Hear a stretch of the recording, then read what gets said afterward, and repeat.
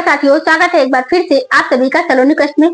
हमले की खबर के साथ, और हमला किस पर है? कतर पर है। किसने किया है? इजराइल ने किया है। क्यों किया है? कारण बताएंगे। फिलहाल इतना जान लो कि इजराइल ने कतर पर हमला किया है। कतर को हो सकता है आप लोग हल्के में ले रहे हो। कतर जिसकी राजधानी दोहा है, और उस दोहा ने कुछ दिनों पहले ही फीफा का आयोजन करवाया था। ये वही दोहा है जिसमें हाल ही में जब ट्रंप आए थे मिडिल ईस्ट की यात्रा पर, उन्होंने हवाई जहाज भेंट में दिया था, जैसा कि यहाँ पर उनको। ये वही दोहा है जिसके एडमिनिस्ट्रेशन द्वारा किए गए कम से कम $400 मिलियन के बोइंग को ट्रंप ने गिफ्ट में एक्सेप्ट किया था कि चलिए पसंद आया है आपको। ये दोहा में गोला गिरा है, जैसा कि अब देखिए आप यहाँ पर किसने गिरा दिया है? नेतान्याहू ने गिरा दिया है। किनको मार दिया? जैसा कि हमास के जो लीडर्स को मार दिया। इसमें लगभग 5 हमास के लीडर्स मारे गए हैं। इनमें पूछा गया है कि भाई साहब ये क्या है, मतलब आपको समय समय पर हफ्ता पहुंचाया जा रहा था, अचानक क्या हुआ कि आप हम पर ही गोला मरवा दिए? मतलब तो यहाँ पर आप ये समझिए, ये बात हुई इसमें कि कतर को आपका मित्र है। किसका? ट्रंप का मित्र है कतर। तो आपको अभी हवाई जहाज दिया गया यहाँ पर कि आप आपके साथ में जो हमारे संबंध है वो अच्छे रहे। मतलब कतर को अब ये सौभाग्य प्राप्त हुआ है। कुछ दिनों पहले उसको ईरान ने ठोका था, अब इजराइल ने ठोक रहा है। मतलब एक देश, दोनों देश मतलब मिल करके इसको पीटे जा रहे हैं। ये कैसे हो सकता है? मतलब बिचौलिया पिटता है। ये पहली बार नहीं है, पहले भी होता आया है, हमने सुना है, लेकिन देशों के मामले में ऐसा हो रहा है, ये देखने योग्य है इस बार। तो इन सब भाई ने इनकी बात करें तो ट्रंप की बात हम करते हैं कि ये जैसा कहते हैं कि मैं बड़ा थ्रिल्ड हूँ सिचुएशन को, मतलब नॉट थ्रिल्ड, जैसे कि मुझे अच्छा नहीं लग रहा है, आई एम नॉट हैप्पी, ये बोल रहे हैं, ऐसा ट्रंप बोलते हैं। जो हो रहा है, इनसे पूछा गया सर आप टिपिकल जो लुटेरे हो, जिसे एक बार पता चल जाए कि इस घर में माल रखा है तो आप बार बार पहले प्यार से माल वसूलते हो, फिर डरा के माल वसूलते हो। आज इनका भी हम विश्लेषण करने वाले हैं। ट्रंप की दोस्ती किस तरह पड़ी भारी कतर को, उसके ऊपर पूरा हम लोग विश्लेषण करेंगे। और मैं यहाँ पर आपको बता दूं जानकारी के साथ में कि आप इस पूरे घटनाक्रम को बेहतर तरीके से समझ पाएंगे। स्थिति ये है यहाँ पर कि कतर, ईरान और इस्राइल, इन दोनों के बीच मध्यस्थता कराने वाले देशों में हो रहा है। हमास और गाजा, इनके गाजा और इजराइल इनके बीच मध्यस्थता कराने वालों में हो रहा है। ऐसे में इन भाई साहब की प्रेजेंस में ये हो जाना ये दर्शाता है कि कुछ दिनों में ये सब के मतलब कहीं इनके अंदर इस बात की चटपटाहट तो पैदा नहीं हो गई थी कि इतने दिन से सब लोग कोई नोबेल की बात ही नहीं कर रहे हैं, तो चलो थोड़ा सा मसाला फेंका जाए। जाओ इजराइल पहले जाकर कतर पे गोला मारो, फिर मैं कतर को शांत कराऊंगा, फिर नया क्रेडिट ले लूंगा कि मैंने इजराइल और कतर के बीच में शांति करा दी।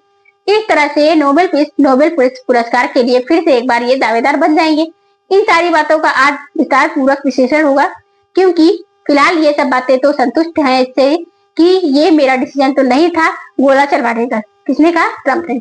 इजराइल चला दिया, अब चला दिया है तो मैं खुश नहीं हूँ इससे, ये कहने वाले डोनाल्ड ट्रंप। अब सही मायने में क्या कारण है जरूर बताएंगे हम लोग, लेकिन फिलहाल के लिए हमास के लीडर्स मारे गए हैं 5।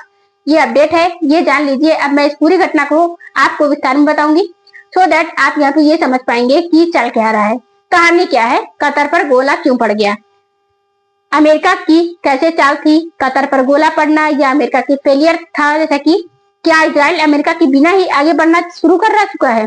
क्या इजराइल अब अमेरिका के कंट्रोल से बाहर हो चुका है और वो मर्जी से, अपनी मर्जी से किसी भी देश पर गोले दाग रहा है? ये सारी बातें आज के बारे में, आज के सेशन में हम लोग समझेंगे। देखिए, मिडिल ईस्ट के मैप में अगर हम चर्चा करते हैं तो इजराइल आप सब जानते हैं अच्छे से। इजराइल के किनारे बैठा हुआ है गाजा, जिसके साथ इजराइल गाजा लंबे समय से चल रहा है।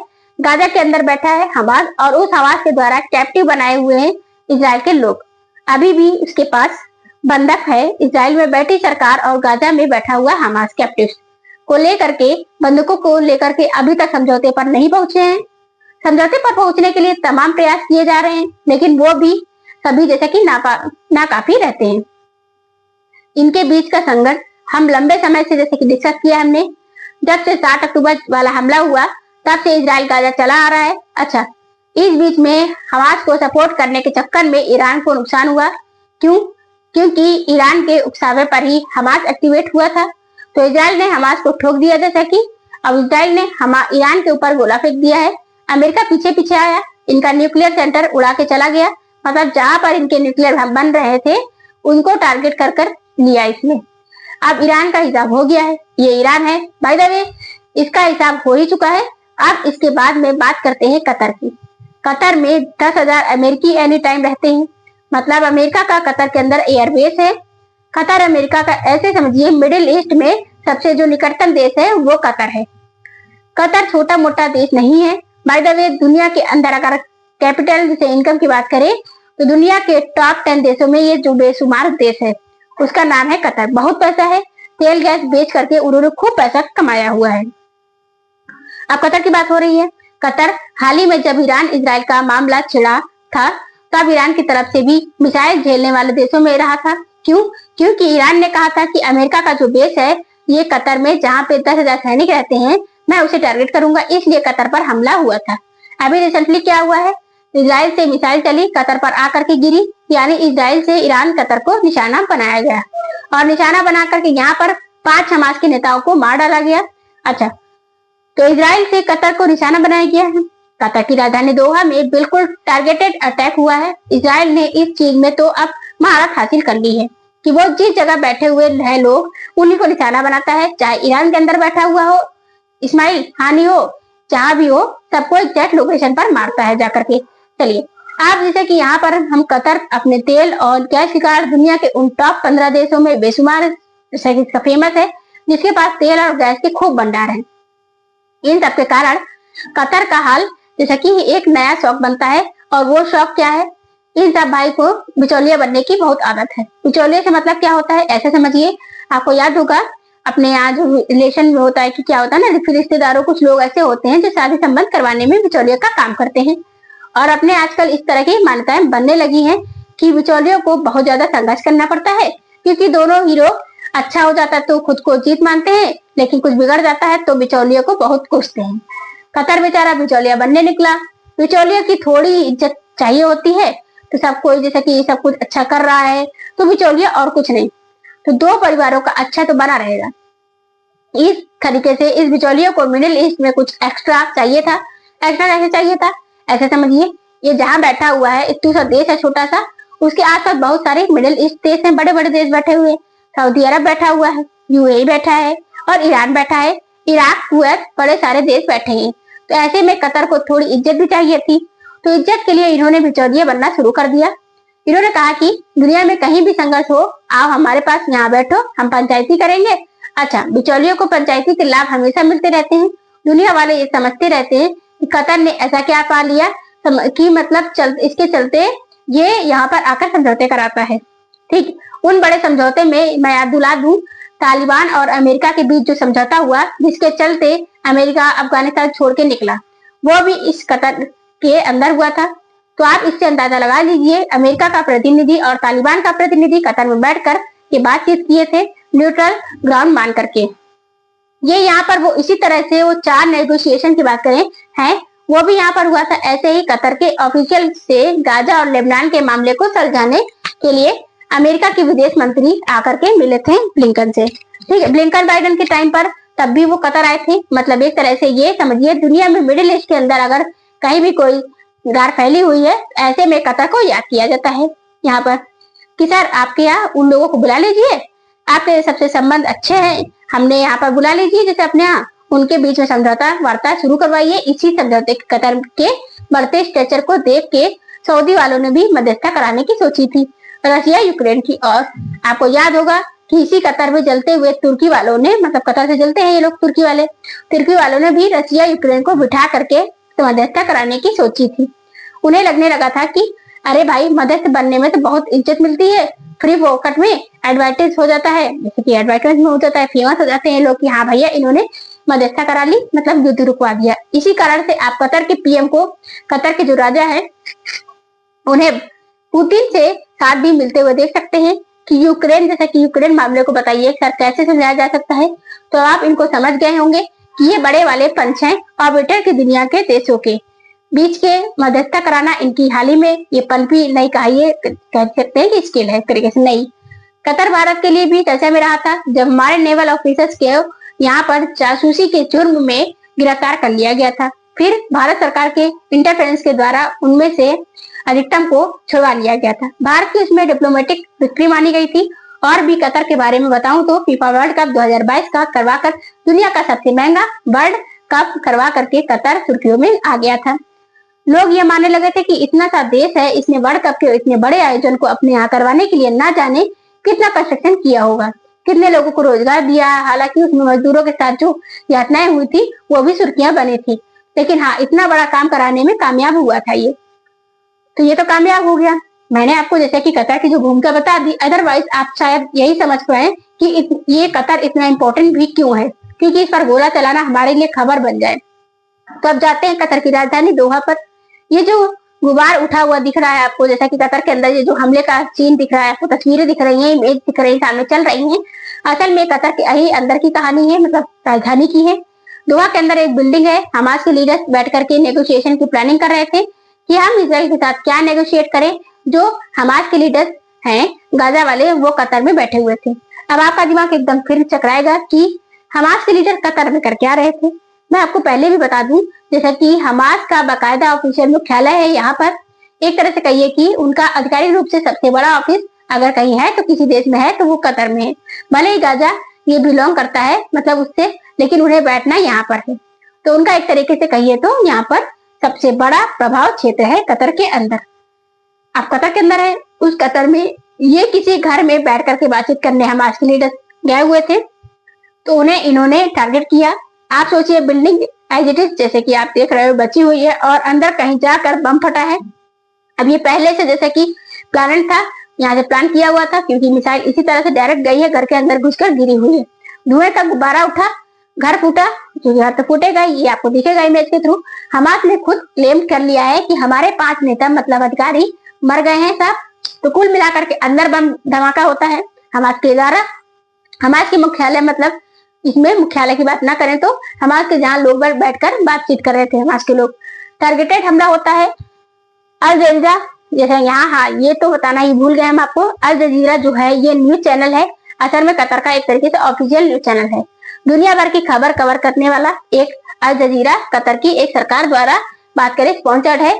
मतलब इतनी सी सरकार या इतना सा देश दुनिया के सबसे प्रतिष्ठित न्यूज चैनल में से एक चलाता है ग्लोबल के नाम पर, और ये अपने एजेंडा और प्रोपेगेंडा को फैलाने के लिए जाना जाता है। अल जजीरा हवास से ऐसी बताया जाता है। इसी कारण से इजराइल में अल जजीरा बैन है। अल जजीरा के कुछ पत्रकारों को हाल ही में इजराइल ने टारगेट भी कर दिया था गाजा के अंदर।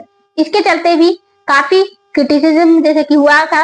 इजराइल हो या फिर कश्मीर का मामला हो, या अल जजीरा अपने द्वारा कुछ पार्शियल रिपोर्टिंग के लिए, यानी कि एक पक्ष लेती हुई रिपोर्टिंग के लिए देखा गया है। तो अल जजीरा की इमेज इंडिया में भी उतनी ही अच्छी नहीं है जैसा कि। अब आइए आगे बढ़ते हैं। तो मंगलवार के दिन ये होता है मैटर यहाँ पर, और जोरदार धमाकों की आवाज सुनती है सब लोग। इजरायली सेना खुलकर बाहर आती है और कहती है कि हमने मारा। इंटरेस्टिंग बात ये थी कि इजराइल के प्रधानमंत्री खुद बाहर आकर के इस हमले की जिम्मेदारी लेते हैं कि ये हमने किया है। मतलब उन्होंने 1% भी इस बात पर कोई दुख नहीं जताया, व्यक्त नहीं किया कि सॉरी गलती हो गई हमसे, या हम नहीं मारना चाहते थे, मार दिया गया। कुछ नहीं, हमने मारा है, खुल के उन्होंने इस बात को एक्सेप्ट किया है, इस तरह से ओपनली चैलेंज किया है। तुमने भले ही $400 मिलियन का ट्रम्प को हवाई जहाज पकड़ाया हो, हम उनको बताएंगे भी नहीं, हम टारगेट कर देंगे। कुल मिलाकर के कतर को सामने से इजराइल ने बोला कि हमने मारा था। अब यह हेडलाइन बनती है, Israel targeted Hamas leadership in Qatar. Headline बन करके आपके सामने आती है कतर की राजधानी दोहा को फिर एक बार देखेंगे। ये दोहा का जो आप इमेज के थ्रू, मैप के थ्रू देखोगे, इसी जगह पर आपको यूएस का सेंट्रल कमांड का जो अल उदैद एयरबेस है वो दिखाई देता है। सेंटकॉम वाला जो पाकिस्तान से प्रेम करता है वो, और यहाँ पर लोकेशन पर अटैक हो रही है। मतलब इन दोनों के बीच कुछ ज्यादा अंतर नहीं है। अगर एरियल डिफरेंस बात करें तो 10-15 किलोमीटर की संभवता यहाँ पर होगा, जहाँ पर इन्होंने अटैक मार दिया है। ये हमला दोहा के एक कॉम्प्लेक्स के अंदर होता है, जहां हमास के वार्ताकार आए हुए थे बातचीत करने के लिए। हमास की तरफ बात करें तो इसके मुख्य वार्ताकार थे खलील अल हया। खलील अल हया जो है वो सबसे टॉप लीडरशिप हमास की मरी है। तब से टॉप लीडर्स की बात करें तो ट्वीट किए जा रहे हैं टॉप लीडर्स हमास के। ये गाजा से पहले से निर्वासित हैं, बाहर ही अपना समय काट रहे हैं। इन्हें टारगेट किया गया था, अकॉर्डिंग टू इजराइल इन्हें खत्म कर दिया गया, लेकिन हमास का मानना है कि वो अभी भी जिंदा है। नेता ब्याउन बाहर निकल कर आते हैं, शाम की खबर होती है इसमें, बाहर निकल कर आते हैं, कहते क्या है, हमने टेररिस्ट के खिलाफ, जो कि हमास के टेररिस्ट है थे, इजराइल के खिलाफ प्लानिंग कर रहे थे, उन्हें मारा। बाकायदा हेडलाइन सुनिए क्या कहते हैं। इजराइल इनिशिएटेड इट, हमने शुरू किया है, हमने खुद कंप्लीट किया और हम इसकी पूरी जिम्मेदारी लेते हैं। एक तरह से इजराइल किसी दूसरे देश के अंदर घुस के अपने दुश्मनों को मारता है और दुनिया को खुलेआम कहता है कि ये हमने किया। एक तरह से आप ये समझो कि दुनिया को ओपन चैलेंज देने जैसा है। यहाँ पर हमारा दुश्मन कहीं भी हो, हम उसे घुस कर मारेंगे। तुम में किसी की भी औकात नहीं है कि तुम हमारे खिलाफ कुछ भी कर सको। अब आपके दिमाग में एक बड़ा सवाल बनेगा कि कतर जो है अमेरिका का मित्र था, अभी कुछ दिन पहले उसने अपनी मतलब महीने की रकम पहुंचाई है वहां पर कि सर इस साल के लिए ये पैसा पकड़िए हमारी तरफ से, हम हमारी पंचायती चलने दीजिए। तो ऐसे में उनका इतना अच्छा मित्र होते हुए भी इजराइल मार दे रहा है, तो अमेरिका की मित्रता फिर किस काम की? ये सवाल बड़ा बनता है। इजराइल अपनी तरफ से साफ कहता है, हमने बाकायदा टारगेट किया, हमने उन लोगों को मारा जो हमारे अक्टूबर के हमले जो हुए थे हमारे यहाँ प्रति जिम्मेदार थे। अक्टूबर से आप सभी को हमने इजराइल जा करके भी जो उन सारी लोकेशंस को बताया है, कहाँ कहाँ पर कैसे कैसे हमले हुए थे। आप चाहे तो इसी चैनल पर जैसे कि आप देखें हैं, ये बड़ा सवाल बनकर निकल करके आता है कि नेतन्याहू लगातार इनके टॉप लीडर्स को मारते जा रहे हैं, टारगेट किए जा रहे हैं। फिर अचानक हमास के लीडर्स को टारगेट करने के लिए कतर पर हमला करने की क्या जिम्मेदारी थी? तो आप कतर के बारे में थोड़ा सा जान लीजिए। देखिए क्या है कि जब अक्टूबर 2023 में इजराइल और हमास के बीच जंग छिड़ी थी, तब से कतर अपने आप को मीडिएटर बता करके दुनिया के सामने तो अच्छा फेस बना रहा है। लेकिन इजराइल का मानना है कि कतर हमास को फंडिंग देता है। इजराइल का मानना यह है कि कतर का न्यूज चैनल अल जजीरा गाजा पट्टी की रिपोर्टिंग जैसा कि करके इजराइल के खिलाफ दुनिया को भड़काता है। टेक्निकली कतर से इजराइल लंबे समय से चिढ़ा हुआ है, लेकिन कतर ने अमेरिका को सेटल किया हुआ था, इसलिए कतर को कभी इजराइल ने टारगेट नहीं किया था इस बार, लेकिन वो भी कर दिया। कुल मिलाकर के इजराइल हमेशा से कतर के खिन्न तो था ही, लेकिन जबकि ये अमेरिका को संभाल कर चल रहा था, ऐसे में ये सारा खेल हो रहा था। अब थोड़ा मैं आपको आगे की बात बता दूं क्या हुआ है। 8 तारीख के दिन डोनाल्ड ट्रंप हमास के लीडर से कहते हैं कि आप लोगों को अल्टीमेटम दिया जा रहा है कि जल्द से जल्द सीज फायर का कोई प्लान लाइए। इंटरेस्टिंग ये है, 8 तारीख के दिन सुबह डोनाल्ड ट्रंप का ट्वीट आता है और वो कहते हैं कि I have warned Hamas about the consequences of not accepting. This is my last warning. There will not be another one. मतलब जो इजराइल और हमास के बीच में संधि होनी थी, उसके लिए परसों या 8 तारीख की बात आप समझो, 8 तारीख के दिन ट्रंप ने हमास को धमकाते हुए वार्न किया, या तो मान जाओ अब मेरी ये आखिरी सलाह है, अदरवाइज तुम्हारे खिलाफ कुछ बड़ा बुरा हो जाएगा। 8 तारीख के दिन ये बात होती है। अब हमास का दुस्ताज कहिए या कहे कि हमास की कुछ इस तरह की प्लानिंग कहिए, वो चाहता ही नहीं है कि शांति वार्ता हो। मैं ऐसा क्यों कह सकती हूँ? क्योंकि आप देखिए 8 तारीख के दिन सुबह की ये घटना होती है, ये घटना है 8 तारीख के दिन ही हमास के आतंकी इजराइल के अंदर घुसते हैं, यरूशलेम में पहुंचते हैं और वहां पहुंच के अंधाधुंध एक तरीके से बस स्टॉप पर गोली चलाने लग जाते हैं। एक मैं आपको ये भी बता दूं कि ये जो हमास के लीडर्स हैं, ये बाकायदा कतर में बाकायदा बढ़िया मीटिंग करते हुए, या आप इस्माइल जहानी हो सकते देख सकते हो, इनके अल्थानी के साथ वार्ता करते हुए। और यहाँ पर जब इजराइल ने ईरान में मारा था उनके हेड को, हमास को, तो यहाँ पर हानिया मारा गया था। ठीक है, कतर में हुआ था।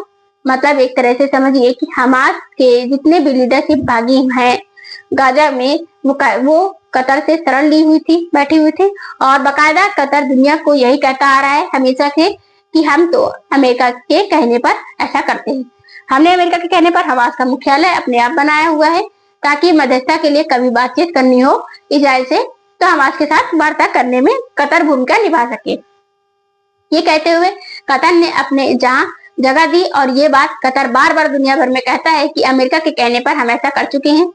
कभी कहा होगा अमेरिका वालों ने इसको, क्योंकि अमेरिका वाले कुछ भी कर सकते हैं। ऐसे में ये वो जगह बनकर आई जहां पर इस्माइल जैसे कि हानि का भी दाह संस्कार, मतलब जो फ्यूनरल हुआ था वो यहीं पर हुआ था। अच्छा, अब फिर से आइए तो कतर की कहानी जब मैं आपको बताऊं कि इजराइल ने कतर को टारगेट किया, तो इसके पीछे की कहानी मैं सुना दूं। 8 तारीख को ट्रंप सुबह अल्टीमेटम देते हैं और हमास के आतंकी इजराइल के अंदर यरूशलेम में पहुंच जाते हैं। यरूशलेम में पहुंच के वो अंधाधुंध गोलीबारी शुरू कर देते हैं। ये उस गोलीबारी की तस्वीरें हैं। ये यरूशलेम है और यरूशलेम का एक बस स्टॉप है जहाँ पर 20, 50, 60 लोग खड़े होंगे। उस जगह पर अचानक अंधाधुंध गोलियां चलना शुरू होती हैं। लोगों की भगदड़ मच जाती है। लगभग 6 लोगों के मारे जाने की खबर बन जाती है। मतलब 8 तारीख को सुबह ट्रंप का मैसेज है और शाम को ये हमला हो जाता है। जब इजराइल के अंदर ये हमला हुआ तो निश्चित ही ये एक बड़ी खबर बन के आती है। कम से कम 6 लोग मारे गए और इजराइल ने कहा कि उस 7 अक्टूबर के बाद अब ये हमारे ऊपर दूसरा बड़ा हमला बन गया है। मतलब 2 साल से हमारे ऊपर ऐसा कोई हमला नहीं हुआ। हमारे सिटी के अंदर ये टेररिस्ट अटैक है। मतलब एक साथ कोई आया और इतने लोग मारकर चला गया। इजराइल पहले से ही अक्टूबर 7 के साथ यहाँ पर बहुत खुकार हो गया था। अब वो कोई भी खुद के खिलाफ कार्रवाई या खुद के खिलाफ एक्शन नहीं देखना चाहता है। ऐसे में उसके शहर में घुस करके 6 लोग इजराइल के मार दिए गए। अगर तो उसके खिलाफ कार्रवाई करनी हुई थी इजराइल को करने के लिए, उधर ट्रंप ने अल्टीमेटम की पालना में इजराइल ट्रंप के अल्टीमेटम जैसा की पालना में हमास के नेता जो है वो बात कर रहे हैं बैठ करके दोहा में कि हमें क्या शांति वार्ता करनी चाहिए, बातचीत कर रहे हैं। और इस बीच में ही एक आतंकी हमला हो जाता है। इजराइल कहता है कि तुम्हारी नजर में अगर आतंकी हमला इजराइल में होना कोई बड़ी खबर नहीं है तो हमारा तुम्हें मानना भी कोई बड़ी खबर नहीं बननी चाहिए। बस इसी के बदले लेते हुए जिस तरह से यहाँ पर ये भीड़ भाड़ युक्त स्थान पर हमला हुआ, बस इसमें आप देख सकते हो कि ये किस तरह से लोग भागते हुए दिखेंगे। इसी तरह से नेतन्याह के उठ के जैसे की बात करें उन्होंने दोहा के अंदर मार दिया। नेतन्याह ने इसको दोहा के अंदर मार दिया। हमास इसका क्लेम ले लिया था कि ये हमला हमने किया है, तो इजराइल के पास उसके खिलाफ कार्रवाई करने के अलावा कुछ नहीं बचा था। जैसे ही इजराइल ने हमला हुआ तो भारत की तरफ से प्रतिक्रिया गई। भारत ने इस बात पर निंदा करी। इसके साथ साथ इजराइल ने इस बात को एक्नॉलेज किया कि भारत आतंकी हमले को विरोध कर रहा है। इस बात के बाद ही इजराइल ने तय किया कि अब हमास से जो लीडर चाहे जहां बैठे हो उन्हें टारगेट किया जाएगा। बाकायदा ये तय किया गया कि हमास के जो लीडर्स हैं वो जहां भी दुनिया में बैठे हो अब उन्हें टारगेट किया जाएगा। अब तक गाजा पट्टी में ही हमास को टारगेट किया जा रहा था, ईरान में टारगेट किया जा रहा था। अब दुनिया के किसी भी देश में अब ये इजराइल ने खुलेआम दुनिया को चुनौती दी है और कह दिया है कि आने वाले समय में दुनिया में कहीं भी कोई भी व्यक्ति अगर बैठा हुआ होगा तो हम उसे टारगेट करेंगे। मतलब आप हमारे एनिमीज को अपने देश में शरण न दें। वो दुनिया में अगर हमास का नेता कहीं भी है तो हम उसे ढूंढ कर मारेंगे। ये इन्होंने हमारे खिलाफ जंग का ऐलान कर दिया है।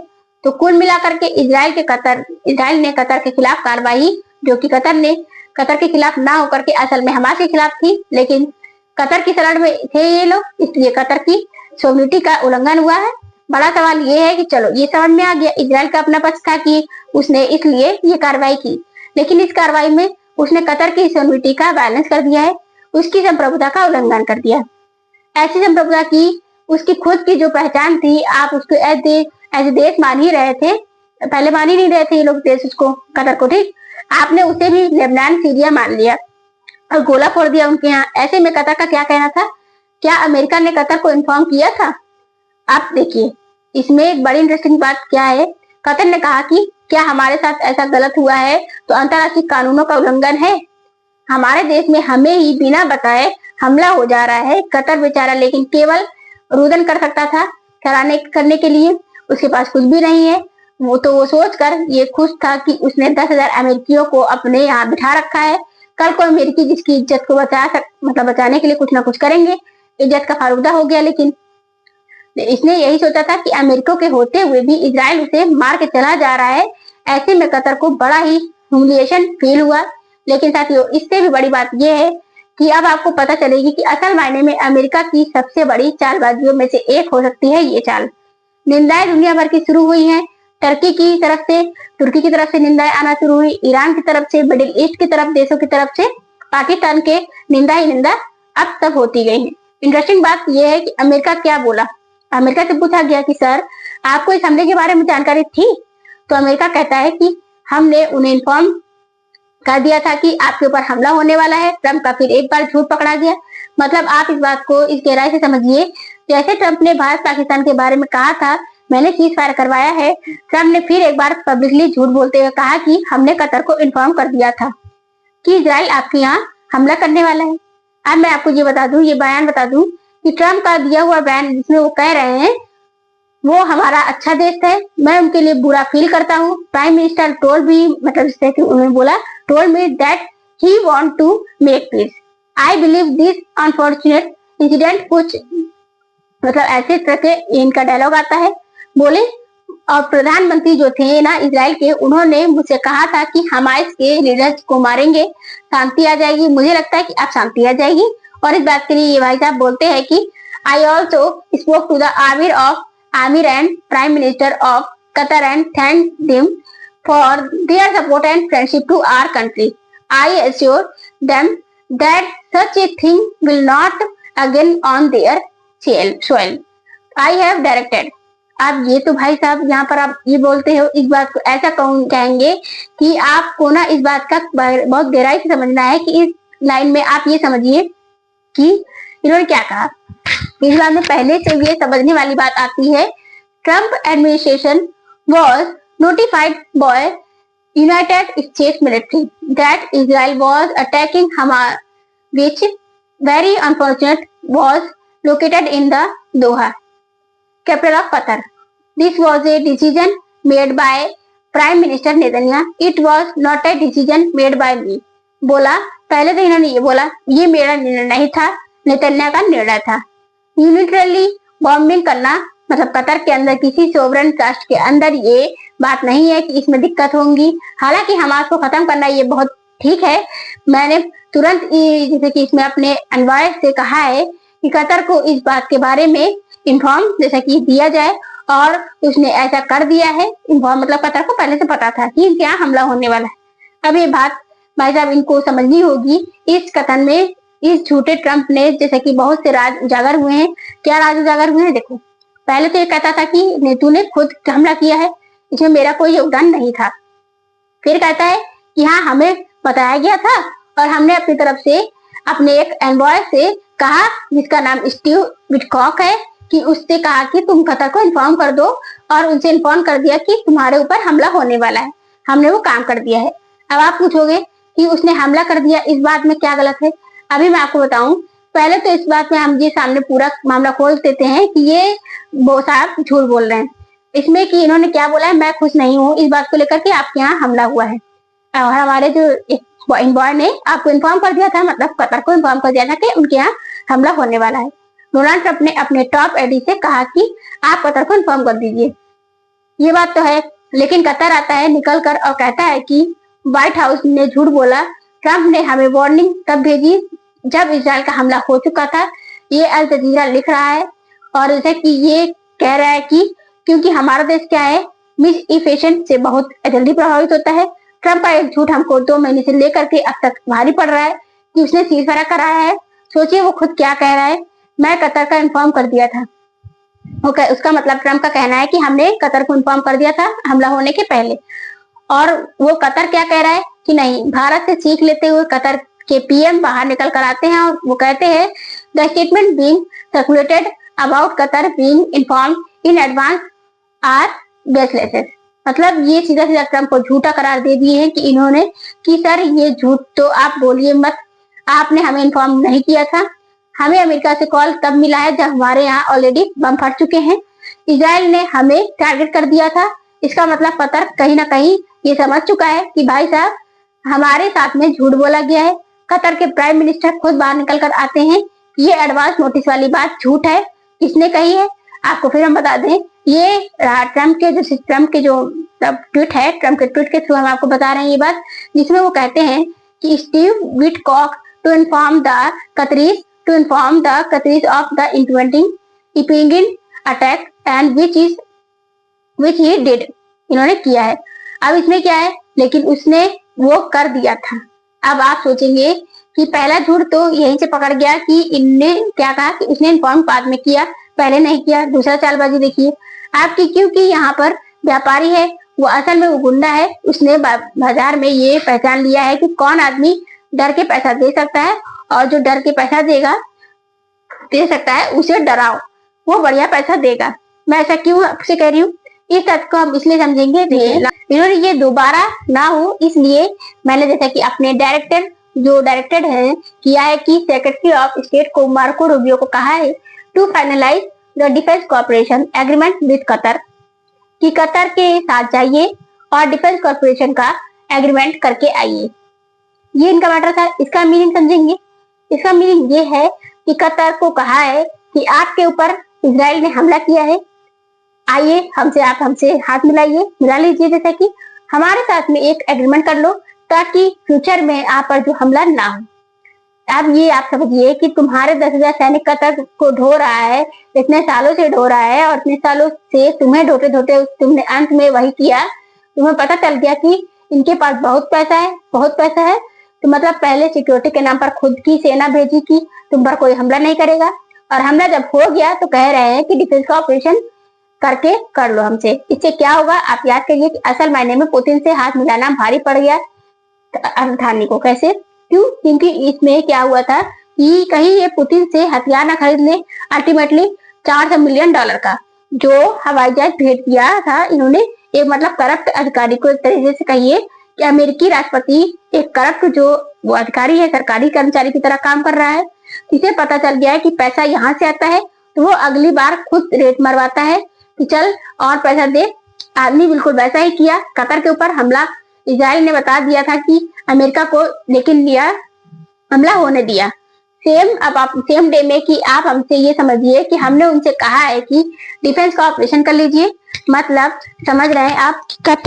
कतर के साथ ऐसा हुआ है, कतर कुछ नहीं कर सकता है, उसके पास एक ही विकल्प है, अमेरिका ने छोड़ा है कि वो जा करके हमसे व्यापार समझौता कर ले।